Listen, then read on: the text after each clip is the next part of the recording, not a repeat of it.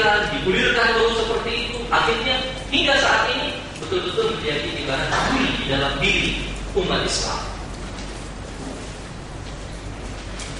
Maka dari itu patut untuk kita kaji, perhatikan, untuk selanjutnya berupaya agar kita ini bisa membentengi diri kita dari hal-hal yang tidak benar tentang agama.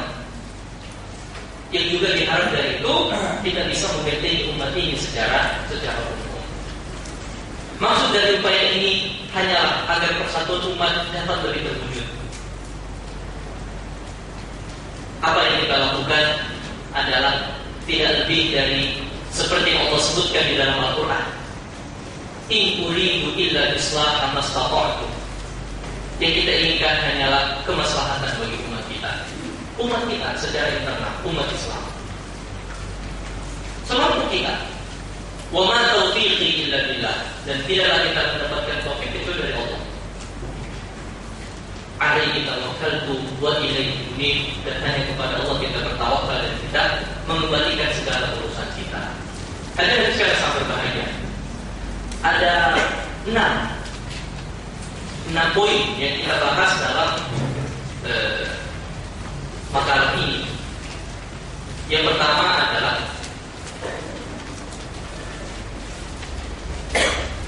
tentang definisi Syiah.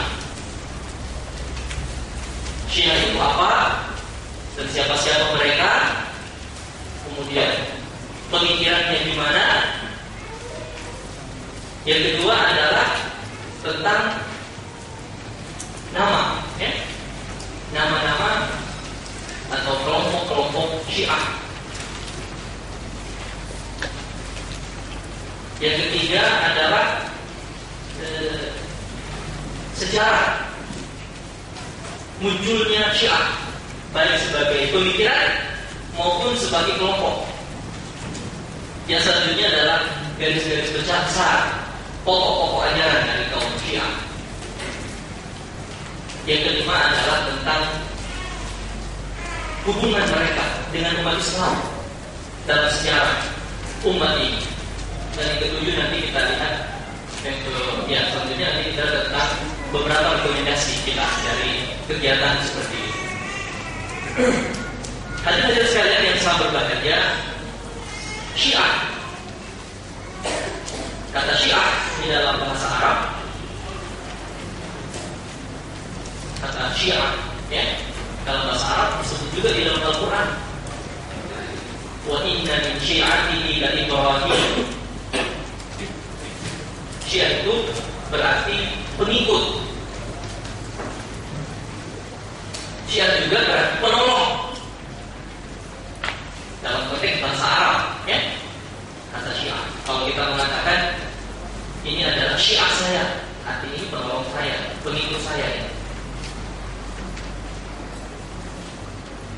Secara historis, istilah Syiah mulai pertama muncul dan berkembang adalah di saat terjadi konflik antara Ali bin Abi Thalib radhiyallahu anhu dan Muawiyah bin Abi Sufyan radhiyallahu anhu. Dan konflik itu, kalau kita membaca sejarah lebih jeli, maka kita bisa melihat akarnya konflik antara Ali dan Muawiyah radhiyallahu anhu. Akarnya adalah dari perbedaan pandangan. Itu akar konflik. Perbedaan pandangan tentang prioritas dalam menangani masalah. Masalah apa itu? Masalah terjadinya fitnah pembunuhan terhadap Khalifah Utsman bin Affan radhiyallahu anhu. Tahun 35 Hijriah, Utsman bin Affan radhiyallahu anhu terbunuh secara zalim di rumah beliau. Dibunuh oleh kaum pemberontak yang datang dari Kufah, Irak, datang dari Mesir, karena tidak setuju dengan sebagian kebijakan beliau. Makanya mereka datang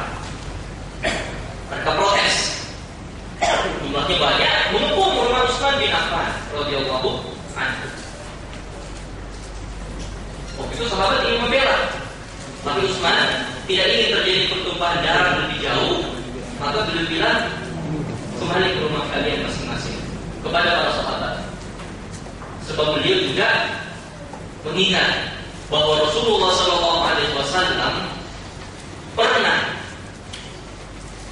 menyebutkan bahwa beliau akan terbunuh syahid, mati syahid. Suatu ketika Nabi SAW mendaki Gunung Uhud. Beliau bersama Abu Bakar, Umar, dan Utsman sendiri radhiyallahu anhu. Waktu itu beliau naik, sering Muslim disebut begitu, Gunung Uhud tiba-tiba bergetar.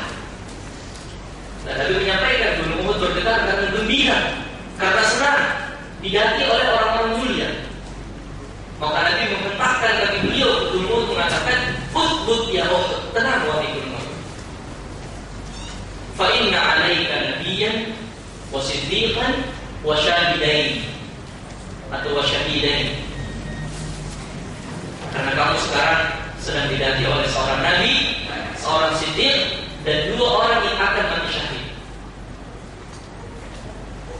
Seorang nabi yang dimaksud adalah beliau alaihi salatu wassalam. Siddiq adalah Abu Bakar Siddiq radhiyallahu anhu, dan dua orang yang mati syahid adalah Umar dan Utsman radhiyallahu anhu.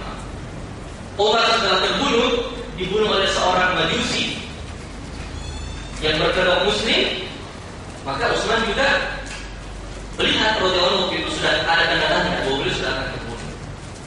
Maka beliau kembalikan kepada para sahabat ke rumah mereka masing-masing, kembali supaya tidak terjadi pertumpahan yang besar. Dan betul, mereka awalnya cuma merontak, di situ mereka kepung rumah Utsman, lalu mereka pun membunuhnya di rumahnya. Luar biasa, kezaliman yang sangat hebat.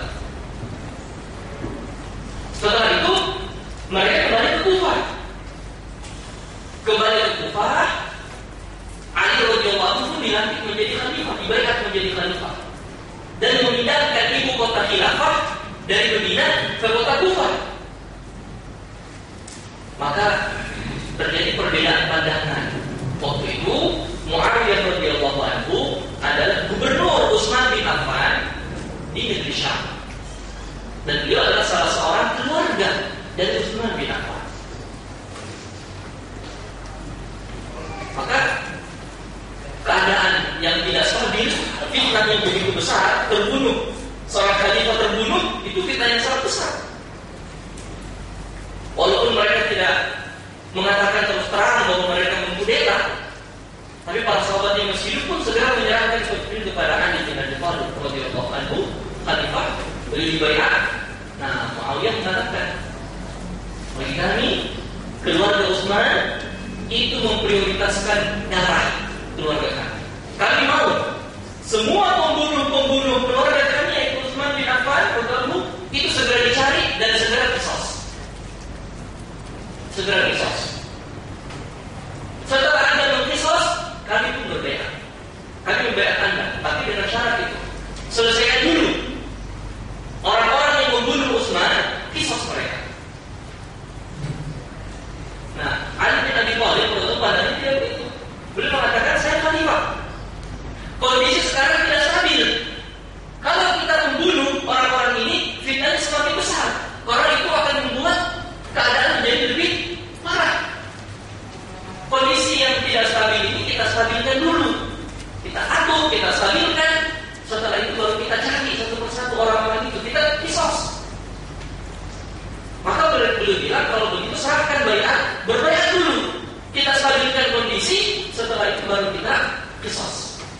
Dan yang berat mengqisaslah kami, karena kita saya khalifah. Saya khalifah. Muawiyah radhiyallahu anhu mengatakan bahwa kami berhak mengqisas karena kami keluarganya.